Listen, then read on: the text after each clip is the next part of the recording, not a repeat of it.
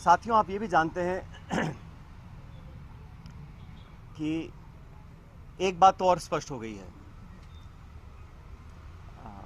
सामान्य मुख्यमंत्री जी का भाषण परसों धौलपुर में हुआ और उस भाषण को सुनने के बाद मुझे ऐसा लगता है कि सामान्य मुख्यमंत्री जी की नेता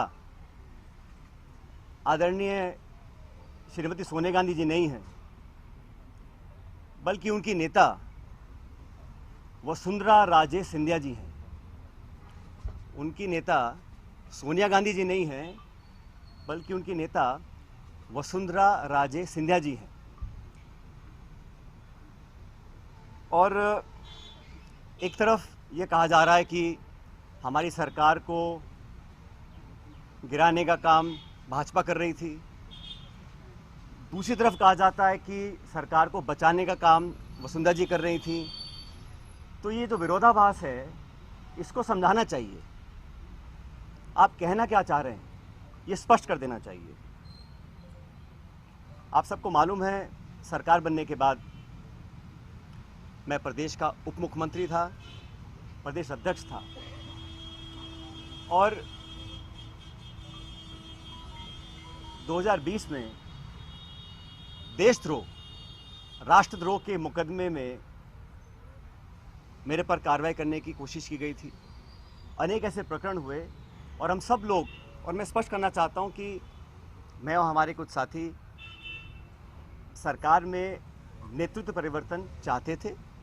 अपनी बात को लेकर हम दिल्ली भी गए और अपनी बातों को रखा।